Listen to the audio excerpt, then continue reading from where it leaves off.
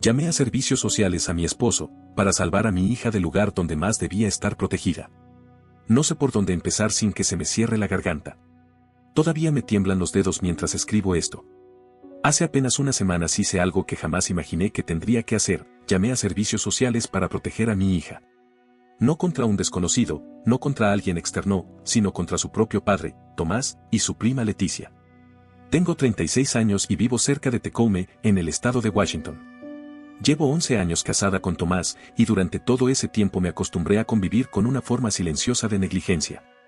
Tomás nunca fue violento, ni alcohólico, ni agresivo. Pero su pasividad era un tipo de abandono disfrazado de paz.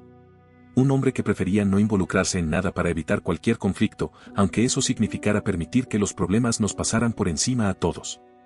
Lo soporté por años. Porque no era malo. Porque me repetía que hay cosas peores. Porque aprendí a minimizar para no enfrentar la verdad. Y porque el miedo a estar sola se disfraza muy bien de paciencia. El verdadero infierno empezó con Leticia, su prima. Una mujer que siempre trajo el caos en el bolsillo. Divorciada 2 veces, con 2 hijas de padres distintos, Ivana y Bianca, más o menos de la edad de mi hija Mara. Cada vez que Leticia venía a casa, el ambiente se transformaba. Gritos, llantos, discusiones entre las niñas, un aire espeso que se colaba hasta en las paredes. Y siempre, como un mantre ciego, Tomás decía, son niñas, así se llevan. Lo que él no quería ver, o fingía no ver, era que nuestra hija Mara se encerraba en su habitación, temblando, llorando en silencio, inventando excusas para evitar esas visitas. Yo sí lo veía. Vi cómo la excluían, cómo se burlaban de ella, de su ropa, de su manera de hablar. La hacían sentir como una intrusa en su propia casa. Una vez, Ivana le cortó un mechón de cabello mientras jugaban. Estábamos jugando a la peluquería, dijo. Tomás se rió como si fuera algo adorable. Yo no. Le hablé. Le rogué. Le grité. Le expliqué que Leticia no era una madre presente, que sus hijas no conocían límites. Que nuestra hija no tenía por qué absorber el caos emocional de una familia ajena. Y Tomás, nada. Solo restaba importancia a todo. Estás exagerando. Son niñas, no son malas. La nena tiene que aprender a enfrentarse a la vida. ¿A qué exactamente? ¿A una tortura emocional semanal? ¿A ser empujada, ridiculizada, y luego compartir la misma habitación con sus agresoras? La gota que colmó el vaso fue una barbacoa familiar. Ivana empujó a Mara a la piscina. Cuando le preguntamos por qué lo hizo, respondió, porque era divertido verla chillar. Así. Fría. Esa noche dije basta. Prohibí toda visita. Ni una más. Sin excusas. Sin negociaciones.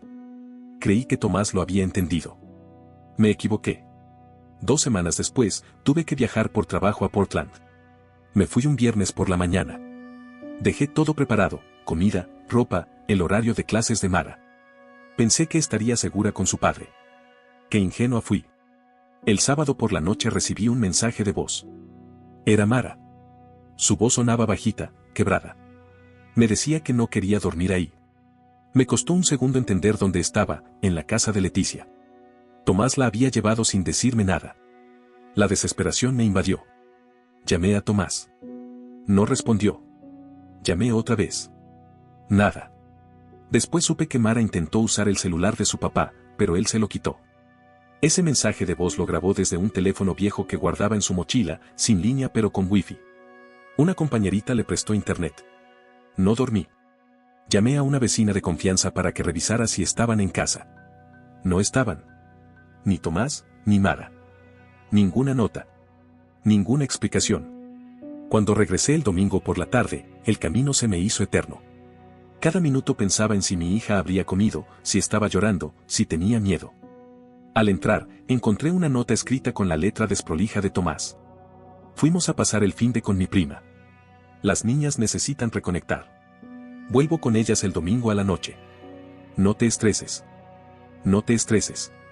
Leí esas 3 palabras una y otra vez. Me reí. Una risa seca, tensa. De impotencia.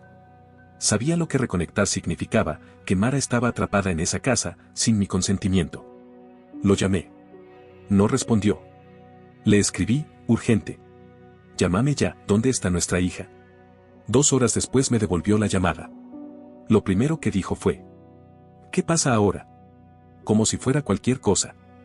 Le exigí que trajera a Mara a casa. Le recordé todo. Le dije que lo que había hecho no era solo irresponsable. Era violento. Su respuesta fue la misma de siempre. Sos muy exagerada. Son niñas, tienen que aprender a convivir. No pueden vivir en una burbuja. Y ahí me quebré. No grité. No insulté. Solo dije, con una calma helada: sácala de esa casa ahora o te juro que esto no queda así. Me cortó. Quedé temblando. Pensé en llamar a la policía, pero no sabía si eso aplicaba. Entonces intenté lo que me quedaba, llamé al celular viejo de Mara, por videollamada.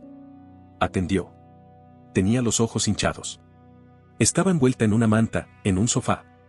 Me dijo que no había cenado, que le dolía la panza, que Ivana le había dicho que era una llorona. Que quiso dormir con su papá, pero él la mandó de nuevo con las nenas.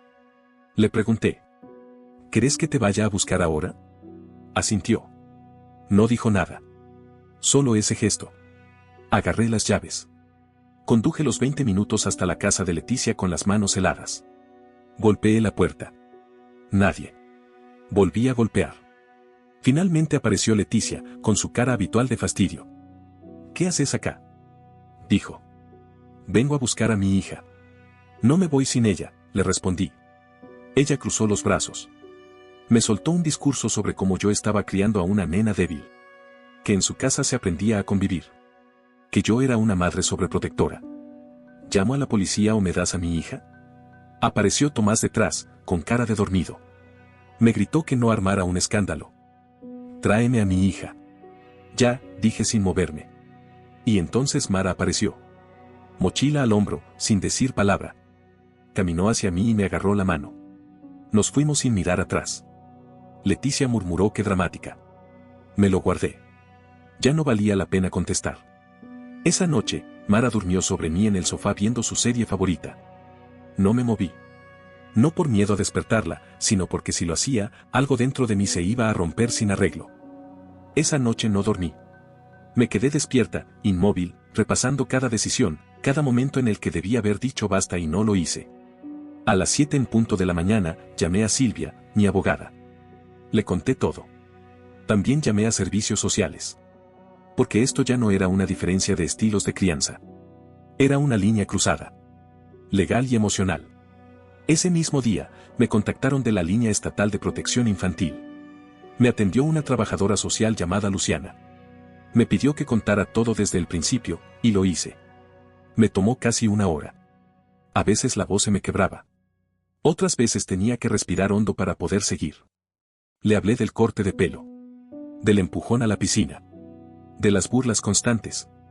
Le conté del mensaje de voz de Mara, de cómo Tomás la había llevado sin mi consentimiento a una casa donde ella no se sentía segura. Le mencioné lo del teléfono escondido, del hambre, del miedo. Le conté todo. Luciana no se sorprendió, pero sí se entristeció. Me dijo que, lamentablemente, era más común de lo que pensamos. Me pidió pruebas. Le pasé capturas de pantalla de los mensajes de Mara, la grabación del mensaje de voz, la nota que Tomás dejó sobre la mesa. Le di el nombre de la escuela, del orientador escolar. Ya había solicitado ayuda psicológica para Mara semanas atrás, cuando comenzó a mostrar signos de ansiedad. Esa misma tarde, Luciana vino a casa con una colega. Hicieron una entrevista preliminar. Me preguntaron por nuestra rutina diaria, la relación de Mara con su padre, cómo era nuestra vida antes de esto. Les mostré su cuarto, sus dibujos, un cuaderno donde había escrito: quiero que los fines de semana no existan. Esa frase me había roto por dentro días atrás. Ahora era una prueba. Estaba agotada, pero no podía derrumbarme. No mientras Mara dormía tranquila por primera vez en semanas. No mientras por fin alguien nos estaba escuchando. Cuando Tomás volvió esa noche, ya no tenía su aire de superioridad. Entró en silencio, tenso. Cerró la puerta despacio. Me miró como si esperara que yo estallara. Pero no grité. Le dije que había llamado a servicios sociales. Que lo que hizo fue una violación directa de la custodia compartida. Que llevó a nuestra hija a un lugar donde sabía que sufría. Y que ahora tendría que asumir las consecuencias. Su reacción fue puro resentimiento disfrazado de ofensa. Estás exagerando. Esto se resuelve en familia. No hacía falta armar tanto escándalo. Leticia está devastada por cómo la hiciste quedar. Lo miré sin rabia, solo con un cansancio que ya no se podía esconder. Esto no se trata de Leticia. Ni de vos. Se trata de Mara. Y si no podés entender eso, entonces ya no tenemos nada más que hablar. Esa noche, a las 3 de la madrugada, Mara se metió en mi cama, llorando en silencio. Me abrazó tan fuerte que apenas podía respirar. Me dijo que había escuchado a su padre hablando por teléfono en el garaje. Que lo oyó decir, esta idiota va a destruirme. Si me saca a la nena, le juro que le saco algo yo. La apreté más fuerte. Intenté calmarla. Le dije que todo iba a estar bien. Que la estaba protegiendo. Pero no me lo creí ni yo. A la mañana siguiente, regresé a servicios sociales y conté lo que Mara había escuchado. Pedí medidas de protección. Silvia también comenzó a preparar la solicitud de separación y la demanda por custodia total. Mientras tanto, Leticia me mandó un mensaje larguísimo. Una carta disfrazada de desahogo. Me llamó madre insegura. Dijo que Mara era una manipuladora emocional. Una nena de 9 años. Que estaba destruyendo la familia por un capricho. Cerraba con una frase que me revolvió el estómago. Espero que puedas vivir con las consecuencias de destruir los lazos familiares. No le respondí. No porque no tuviera nada para decir, sino porque entendí que ya no había nada que explicar. Reenvié el mensaje a Luciana y seguí adelante. Por primera vez en años, me sentí fuerte. No porque estuviera bien, sino porque sabía que estaba haciendo lo correcto. No por mí. Por Mara. Porque si yo no la protegía, ¿quién lo haría? Desde entonces, la palabra familia dejó de tener el peso que solía. Me la arrojaban como escudo, como reproche, como amenaza. Pero somos familia. Como si eso lo justificara todo. Pero si ser familia significa permitir que una niña viva con miedo, se sienta invisible, y tenga que esconder un celular viejo para pedir ayuda, entonces yo no quiero eso. No para mí. No para ella. Las represalias comenzaron a llegar en menos de 48 horas. Mensajes anónimos. Llamadas pasivo-agresivas. Frases como: tus traumas no te dan derecho a arrastrar a todos con vos. Estás criando a una nena débil que no va a saber defenderse. Pero lo peor fue la visita. Un viernes por la tarde, estábamos armando un rompecabezas. Yo trataba de distraer a Mara, aunque su mirada inquieta y sus uñas mordidas decían todo lo que ella callaba. De repente me preguntó: ¿me vas a dejar sola otra vez? Sentí la culpa como un cuchillo. No llegué a responder. El timbre sonó. Era Estela. La madre de Tomás. La abuela de Mara. Abrí por reflejo. No por ganas. Venía con una expresión forzada entre tristeza y superioridad. Apenas entró, empezó. Renata, sé que estás dolida, pero esto no se resuelve destruyendo a tu marido. Le pedí que no hablara delante de Mara. Que si quería conversar, fuera a la cocina. Me ignoró. Se agachó para saludar a mi hija como si nada hubiera pasado.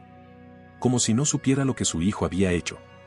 Como si no supiera lo que Leticia había permitido. Acepté hablar con ella. Pero fue inútil. Repitió el discurso de siempre. Estás exagerando.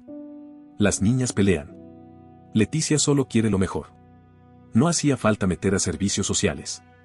Y entonces dijo la frase que me rompió. La sangre no se denuncia. La miré. Firme. No es la sangre lo que importa.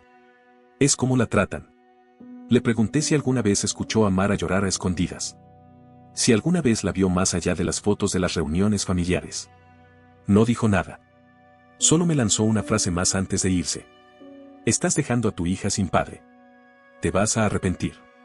Al salir, vi que en el auto la esperaba Tomás. No bajó. Solo miró. Como un extraño. Como un hombre que sabía que había perdido, pero aún quería controlar la escena. Esa noche, Mara me pidió dormir con la luz del pasillo encendida. Se abrazó a mí como si le fuera la vida en ello. Y supe, sin dudas, que ya no había vuelta atrás. Esto no era un conflicto familiar. Era una lucha por proteger lo único que realmente importaba. La semana siguiente, Luciana volvió. Esta vez vino acompañada de un colega del departamento. Querían hablar directamente con Mara. Trajeron muñecos, hojas, marcadores. Usaron preguntas indirectas, espacios seguros. Yo no estuve presente. Me pidieron que esperara en la cocina mientras ellos trabajaban. Me mordí las uñas como no lo hacía desde hacía años. Cuando terminaron, me dijeron lo que ya sospechaban: Mara estaba viviendo bajo un estrés emocional sostenido. No era un incidente aislado. No era una mala visita. Era un patrón. Y ese patrón ya estaba afectando su bienestar y su desarrollo emocional. Con eso, el caso pasó de ser una intervención preliminar a convertirse en un proceso formal. Silvia presentó la solicitud de custodia exclusiva. Yo sabía que no iba a ser fácil. Pero no podía mirar hacia otro lado. Mientras tanto, Tomás cambió de táctica. Pasó del desprecio a la actuación. Empezó con mensajes suaves. Podemos hablar. Esto no tiene que ser así. Estás siendo muy dura. Después vinieron los pasivo-agresivos. Estás lastimando a todos. Esto es más tuyo que de Mara. Y, finalmente, los ofensivos. Sos una loca. Estás destruyendo una familia. Yo ya no respondía. No por indiferencia, sino porque entendí que él no quería dialogar. Quería manipular. La bomba real llegó un viernes. Estábamos en casa, armando otro rompecabezas. Mara no paraba de hacerse preguntas. ¿Me vas a dejar sola otra vez? ¿Puedo dormir con vos hoy también? La culpa me apretaba el pecho. Sabía que estaba haciendo lo correcto, pero no podía evitar sentir que llegué tarde. Que debía haber reaccionado antes. Ese día recibí un correo inesperado. Era de Marcela, la hermana de Tomás. Siempre fue la callada. La que miraba desde una esquina. Esa vez rompió el silencio con un asunto que decía: tenés que parar esto. El mensaje era un manifiesto. Una cadena de justificaciones disfrazadas de preocupación. Me acusaba de estar usando a Mara como excusa para proyectar mis propios resentimientos. Me decía que estaba demonizando a Tomás.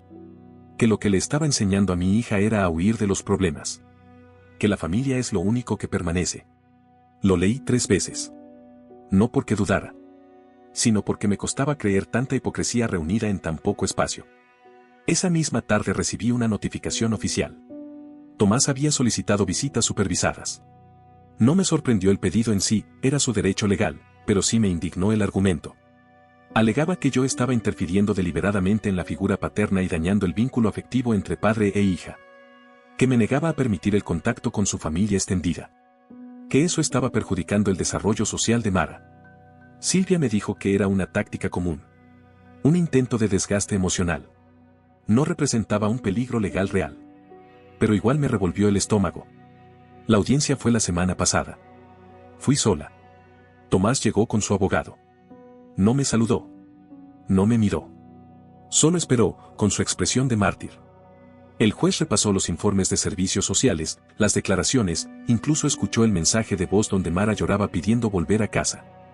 Aún así, la idea de la reconstrucción del vínculo seguía teniendo peso en el sistema.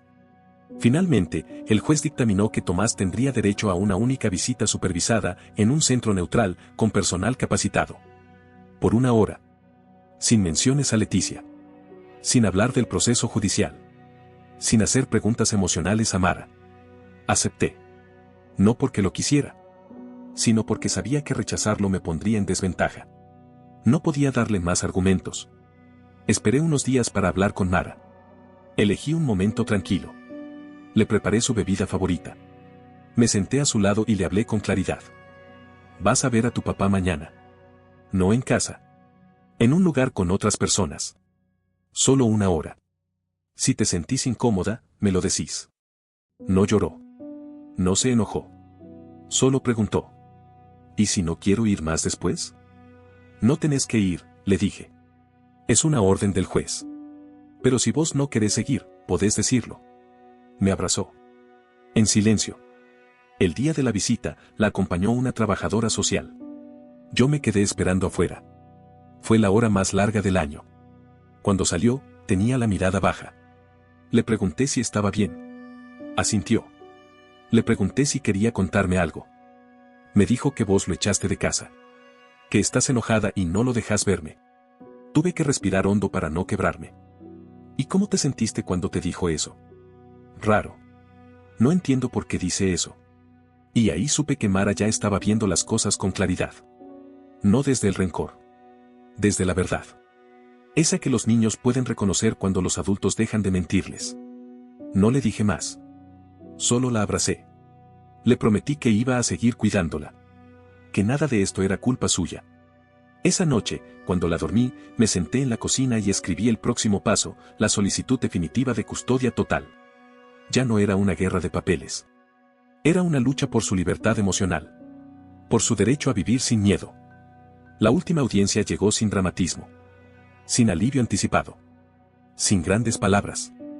Solo cansancio. Respiraciones contenidas. Bolsas bajo los ojos. Un expediente grueso lleno de palabras que nunca deberían haberse escrito. No fui a esa sala a ganar. Fui a terminar de proteger lo que ya no podía esperar más. No me arreglé para impresionar. Me puse ropa cómoda, sin parecer descuidada. Llevaba semanas durmiendo mal, comiendo a medias, sosteniendo una rutina donde cada día sentía que caminaba sobre vidrio. Pero ahí estaba. Firme. Porque si yo me quebraba, Mara volvía a quedar sola. Silvia, mi abogada, me dijo que teníamos todo a nuestro favor, testimonios, informes, evidencia, la reacción emocional de Mara tras la visita supervisada, los mensajes, las declaraciones de servicios sociales. Pero aún así, en este sistema, nada estaba garantizado. Porque todavía hay quienes creen que es mejor mantener una familia unida aunque esté podrida por dentro. Tomás llegó tarde. Como siempre. Despeinado. Con esa expresión de víctima que tan bien había aprendido a interpretar. No trajo a su madre. Ni a su hermana. Ni siquiera a su abogado. Vino solo. Como si el mundo lo hubiera traicionado. La jueza, una mujer mayor, sobria, sin adornos, repasó el expediente sin variar el gesto. Me pidió que hablara. Y hablé. No lloré. No supliqué. No grité. Solo conté la verdad. Con una claridad que no sabía que tenía. No desde la rabia. Desde la certeza. Hablé del patrón de descuido. De la violencia emocional disfrazada de convivencia familiar. De las decisiones unilaterales de Tomás. De los fines de semana en los que Mara no sabía si iba a ser ignorada, burlada o aislada. De lo invisible que se sentía. De lo duro que fue explicarle a mi hija que ni siquiera la familia tiene derecho a romperte por dentro. Cuando terminé, la jueza lo miró a él. Le pidió que hablara. Y dijo lo mismo de siempre. Que yo exageraba. Que él solo quería mantener el vínculo. Que yo manipulaba todo por venganza. Que Mara era demasiado pequeña para entender lo que sentía. Que yo le había metido ideas en la cabeza. No dije nada. Solo lo miré. No con odio. Con una desilusión que ya no dolía, solo pesaba. Por primera vez, él no fingía. Se mostraba tal cual era, incapaz de asumir, de reparar, de entender el daño. La jueza lo hizo sentarse. Leyó el informe social. Se detuvo en una línea que Mara había dicho. Cuando voy a esa casa, me siento invisible. Como si no importara si estoy o no. Entonces habló. Sin dramatismos. Sin adornos. Dictó que la custodia total quedaba a mi cargo. Que Tomás no tendría derecho a visitas sin autorización judicial específica. Que las visitas supervisadas se suspendían hasta nuevo aviso. Y que, a solicitud del equipo psicológico, se recomendaba terapia obligatoria para ambos padres si él deseaba, en algún momento, reconstruir un vínculo con su hija. Eso fue todo. Tomás no dijo nada. Recogió sus papeles. Salió primero. No miró atrás. No preguntó nada. Desapareció. Yo me quedé sentada un momento más. Silvia a mi lado. No lloré. No reí. No suspiré. Solo respiré. Por primera vez en meses, sentí que no tenía que defenderme de nadie. Al volver a casa, Mara estaba en el sofá viendo dibujos con mis padres. Me miró desde el otro lado del cuarto. Tenía esa mezcla de esperanza y precaución que se le había vuelto habitual. Me acerqué despacio. Le dije. Ya está. Vas a estar conmigo. No vas a tener que ir con nadie que te haga daño. No respondió. Solo vino hacia mí. Me abrazó. Me susurró al oído. Gracias por pelear por mí. Ahí sí me quebré. Lloré en silencio. Apretando los ojos para no dejar escapar más de lo que ya habíamos perdido. Porque esas palabras no deberían tener que salir de la boca de una nena de 9 años. Ningún hijo debería tener que agradecerle a su madre por protegerlo. Pero ahí estábamos. Reconstruyendo un hogar desde los escombros. Desde entonces, todo cambió. No de golpe. Pero en lo pequeño. Mara empezó a dormir sin interrupciones. A reír más seguido. A dibujar casas con ventanas grandes y 2 figuras dentro. A veces 3, cuando incluía a sus abuelos. Yo también empecé a cambiar. Volví a dormir con la puerta abierta. A revisar el celular sin ansiedad. A dejar de mirar por la ventana cada vez que un auto frenaba. Y lo más difícil, empecé a perdonarme. No todo. Pero un poco. Porque entendí que no fui perfecta. Que llegué tarde. Pero llegué. Y en un mundo que te empuja a callarte, eso ya es mucho. Hace un mes cerraron el caso oficialmente. El juez firmó la resolución final. Custodia completa. Tomás no apeló. No llamó. No escribió. Silencio total. Pero el silencio no es paz. Solo es ausencia de ruido. El peligro cambió de forma. Ya no es inminente. Pero aparece, a veces, en un sueño de Mara donde vuelve sola al porche de Leticia. En un comentario de algún compañero de escuela. Qué feo no tener familia, ¿no? Mara va a terapia una vez por semana. En una sala cálida. Llena de dibujos, muñecos y palabras lentas. Al principio no hablaba. Ahora empieza a nombrar lo que antes solo sabía callar. Un día me dijo que soñaba que se perdía y nadie la buscaba. Que pensaba que, si se portaba bien, las primas la tratarían mejor. Que a veces dudaba de si yo le iba a creer. Eso me partió. No por cómo lo dijo, sino por la calma con la que lo dijo. Como si ya hubiese aprendido a aceptar lo inaceptable. Creamos nuevas rutinas. Desayunamos juntas. Caminamos después del colegio. A veces vamos a la biblioteca. Pequeñas cosas que dicen lo que no decimos, estamos bien. Estamos juntas. Ya no hay que tener miedo. Yo también empecé terapia. Porque por mucho tiempo creí que ser fuerte era aguantar sola. Y ahora sé que no. Que si quiero enseñarle algo a Mara, es que no hay que romperse por dentro para complacer a nadie. Ni siquiera a una misma. Mis padres han sido mi red. No me juzgaron. No preguntaron si me arrepiento. Solo estuvieron. Mi papá dejó de hacer preguntas el día que vio a su nieta dormir sin pesadillas. Y mi mamá me dijo algo que no voy a olvidar. Lo que hiciste no fue egoísmo. Fue maternidad real. De la que no sale en los anuncios. A veces pienso en Tomás. No como pareja. Como figura. Me pregunto si realmente cree que perdió una batalla injusta o si, en el fondo, sabe que él la provocó. No lo odio. Ya no. Porque entendí que odiar ocupa el mismo espacio que necesitas para vivir. Pero tampoco lo perdono.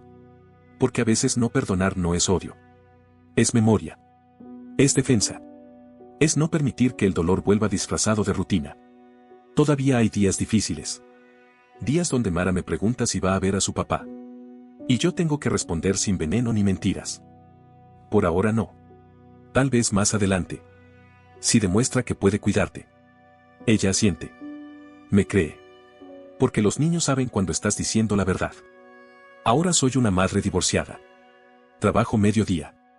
El resto lo dedico a asegurarme de que mi hija no vuelva a romperse. No soy heroína. No gané ninguna guerra épica. Solo tomé una decisión dura. Tarde, pero firme. Y la sostuve. Eso, ya es suficiente. Una de las últimas cosas que Mara dibujó fue un jardín. Con flores, un banco, un árbol. Y 2 figuras humanas. Una más grande, otra más bajita. Encima, con letra apretada, escribió. ¿Estamos bien? Sí. Ahora sí. ¿Estamos bien? No olvides dejar tu opinión en los comentarios, dejar tu like y compartir este video.